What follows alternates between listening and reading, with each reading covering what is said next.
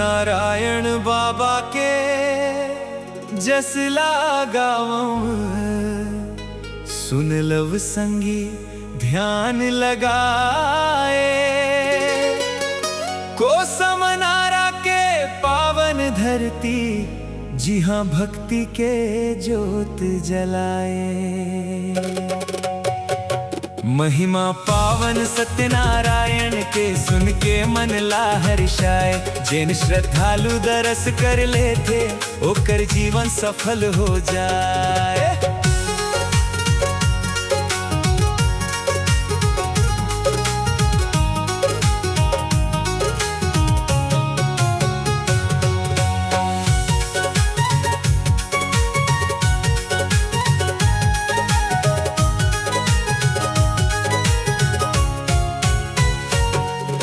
रायगढ़ धरती माँ बाबा विराजे। खुले गगन तले तप करें। गर्मी बरखा जाड़ा आवे ध्यान लगाएं बाबा बैठे रहें।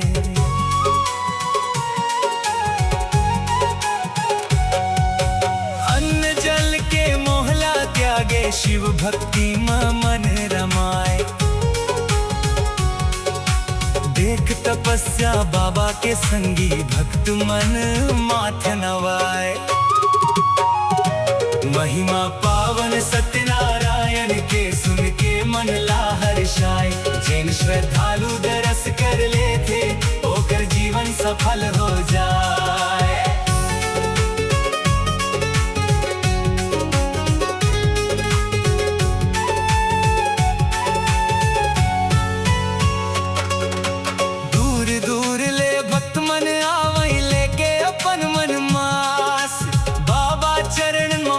नवावे मिल जाते सबला विश्वास।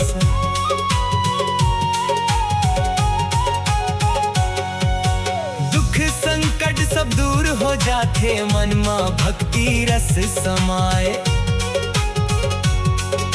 माया दया के गंगा बहते बाबा जी सबला अपनाए। महिमा पावन सत्यनारायण के सुन के मन ला हर्षाए। जिन श्रद्धालु दरस कर लेते ओकर जीवन सफल हो जाए।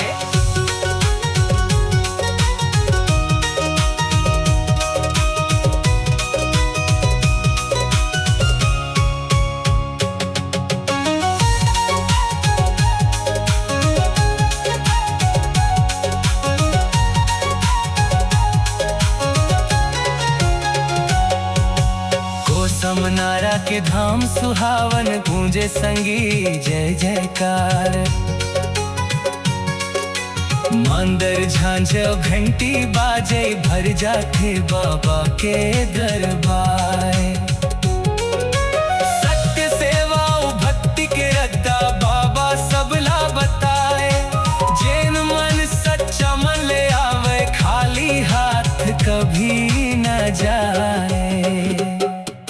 जय जय बाबा सत्यनारायण जय कोसम नारा के धाम। रायगढ़ के पावन धरती माँ गूंजे बाबा जी के नाम। महिमा पावन सत्यनारायण के सुन के मन ला हर्षाए। जिन श्रद्धालु दरस कर लेते होकर जीवन सफल हो जाए।